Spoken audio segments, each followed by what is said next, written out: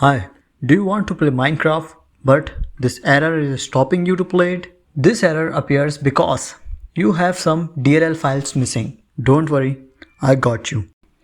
Type OpenGL 32 DLL download, then go to the first link and according to your architecture download the file. Mostly it is 64-bit, so download this, and once it is downloaded go to the file location and then extract it.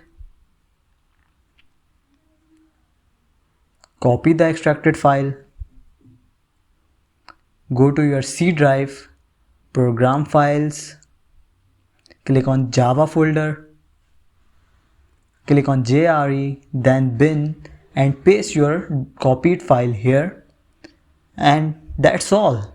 Now you can launch the TLauncher and can play Minecraft without any errors.